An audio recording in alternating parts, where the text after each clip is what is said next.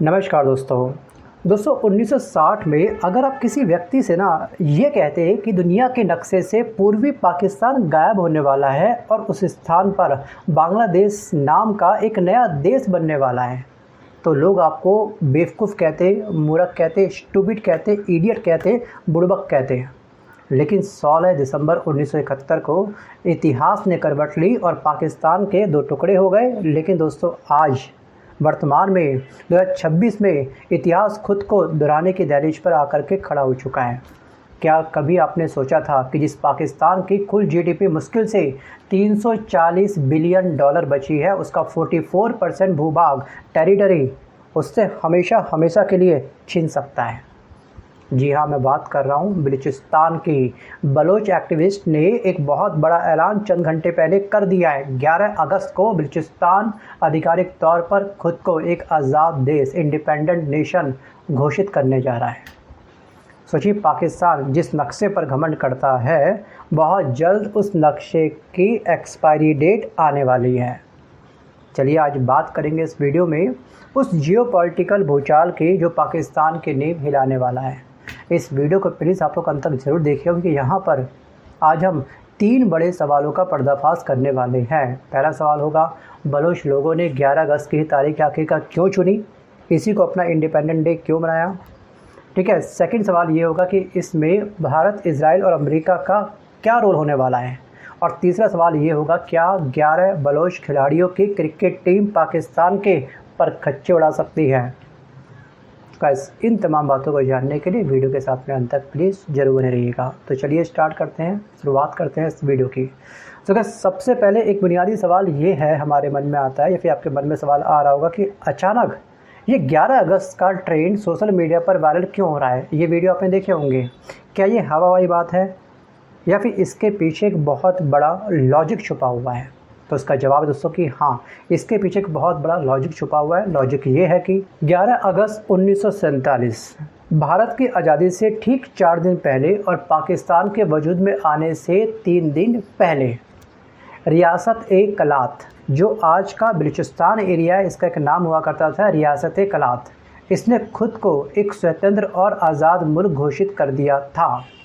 और उसके बाद ब्रिटिश हुकूमत ने भी इस बात को एक्सेप्ट कर लिया था कि हाँ, बलूचिस्तान जो है वो पाकिस्तान का हिस्सा नहीं है।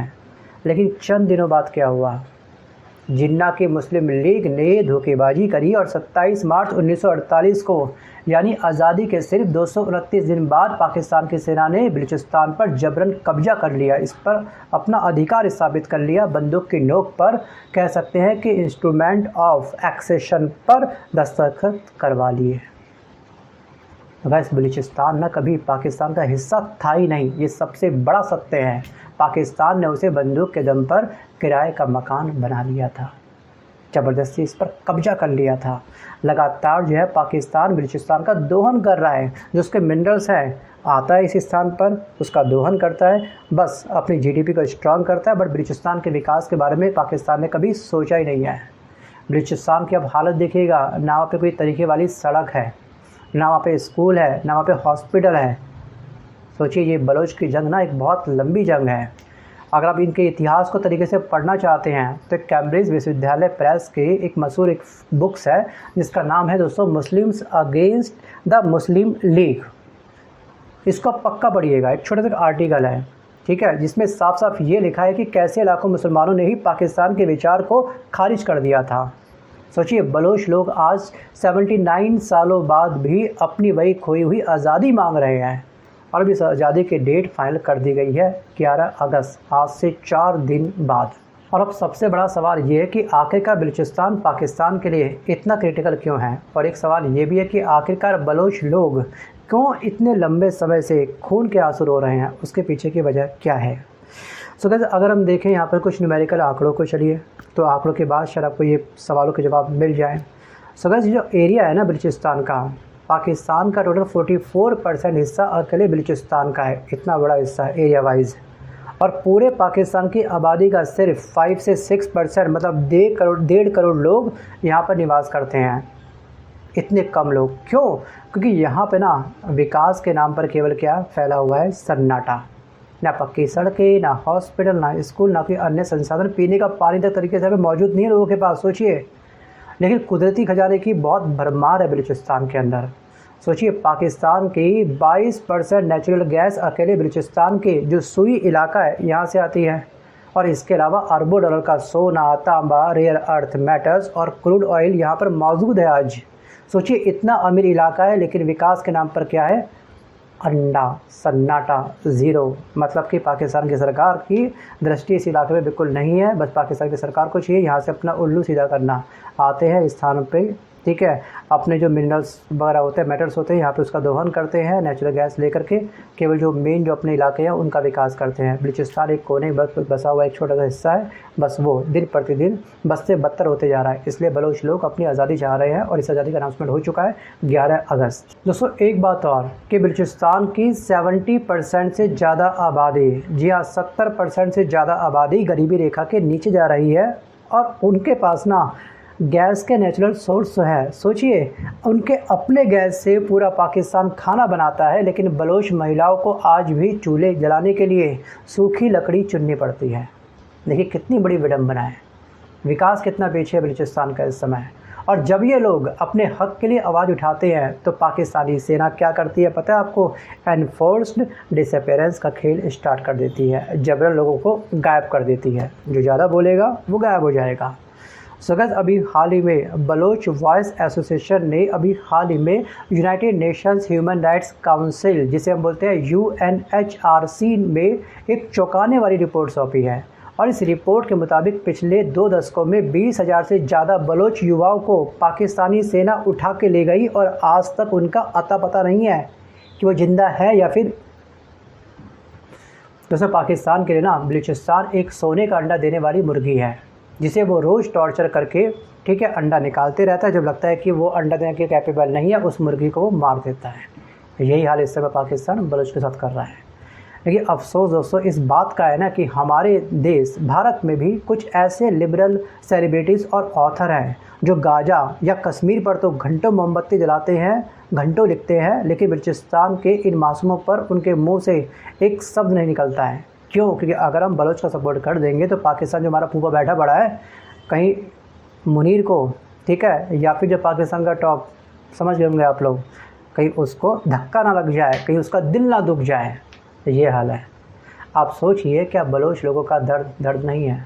क्या वो इंसान नहीं है? Think about it. चलिए अब आते हैं सबसे अहम सवाल पर। क्या बलूचिस्तान को ग्लोबल रिकॉग्निशन, मतलब कि अंतर्राष्ट्रीय मान्यता मिलेगी, और इससे भारत का क्या लाभ होगा, या फिर इसमें भारत का क्या रोल होगा?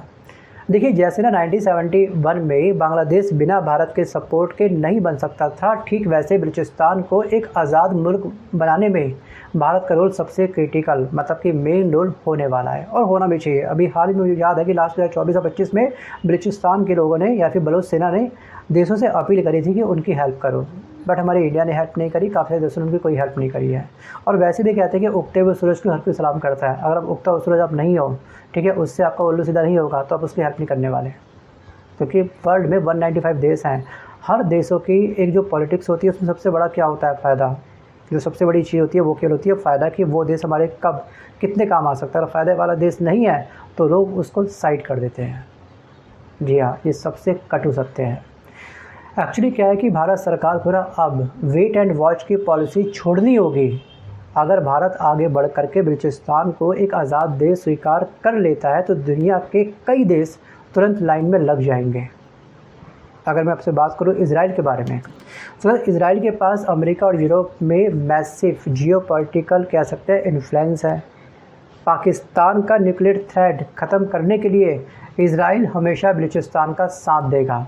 अगर हम इजराइल की तरफ एंगल से देखें तो अगर हम बात करें अर्मेनिया की, जो पाकिस्तान के रवैये से पहले ही चिढ़ा हुआ है, और हमारा भारत तो पहले से ही पाकिस्तान को लेकर भरा पड़ा है।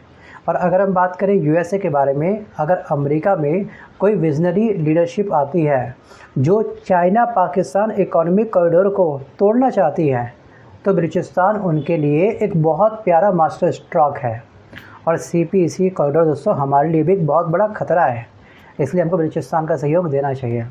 और दोस्तों अंतर्राष्ट्रीय पहचान बनाने के लिए ना सिर्फ कूटनीति नहीं, डिप्लोमेसी नहीं, बल्कि सॉफ्ट पावर की भी आवश्यकता पड़ती है और इस सॉफ्ट पावर का हमको इस्तेमाल करना चाहिए। सोचिए एक एग्जाम्पल के साथ में, अगर हमारा भारत बलूचिस्तान की एक बलोच एकादेश क्रिकेट टीम बनवा दे, उन्हें IPL में खेलने का मौका दे या उनके साथ इंटरनेशनल बायलैटरल सीरीज़ कोई खेल दे, तो पाकिस्तान कह सकते हैं कि पाकिस्तान के क्रिकेट कूटनीति की जो घमंड की जो हवा है ना वो धराशायी हो सकती है। बलूचिस्तान के युवाओं को एक नई पहचान मिलेगी कि हम पाकिस्तानी नहीं, हम तो बलोच हैं। और दोस्तों जब बल्ला और कूटनीति एक साथ चलते हैं ना तो बड़े बड़े मुल्कों के नक्शे बदल जाते हैं। दोस्तों ध्यान रखिएगा, चाहे साल 2028 हो, 2029 हो या 2030 हो, जिस दिन मिडल ईस्ट का तनाव और CPEC की नाकामी चरम पर पहुंचेगी, उस दिन ध्यान रखिएगा बलूचिस्तान दुनिया के नक्शे पर एक संप्रभु राष्ट्र बन के पक्का उभरेगा। एक ऐसा देश है ये जो रिसोर्स रिच है और भारत का पक्का दोस्त बन सकता है ये आने वाले समय में, और जिसकी पर कैपिटा हम देखें इनकम पाकिस्तान से 10 गुना ज़्यादा होगी। अभी केवल अपना उल्लू सीधा कर रहा है इस समय पाकिस्तान बलूचिस्तान का दोहन करके, रिसोर्सेज का दोहन करके। तो दोस्तों बलूचिस्तान के इस 11 अगस्त के फैसले पर अब आपकी क्या राय है? क्या भारत को बलूचिस्तान को कह सकते हैं तुरंत एक देश मान लेना चाहिए, प्रत्यक्ष और अप्रत्यक्ष रूप से खुल करके इसका साथ देना चाहिए? इस पर आपकी क्या राय है? अगर आप भारत के प्रधानमंत्री होते, विश्वगुरु के बाबूजी होते, अगर आप PM मोदी जी के पद पर बैठे होते या फिर आप इस भारत देश के डिफेंस मिनिस्टर होते, तो आप क्या एक्शन लेते इस मुद्दे पर? या फिर जो हो रहा है होने दो, मैं तो रहूँगा सिंपल सा शांत, बस। Think about it. Video pause करिए, मंथन करिए, उसके बाद आप मुझे कमेंट करना मत भूलिएगा। सो गाइस आज के इस वीडियो में बस फिर इतना ही। मिलता हूँ जल्द अपने वीडियो के साथ, तब तक के लिए धन्यवाद।